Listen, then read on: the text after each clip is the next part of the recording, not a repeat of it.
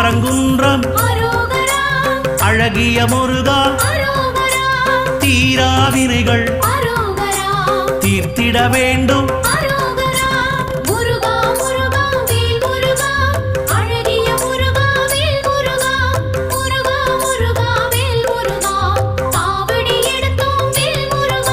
சுவாமி மலையனே ஏரகத்திரைவா அப்பனுக்கு பாடம் சொன்ன ஆறுமுகவேலா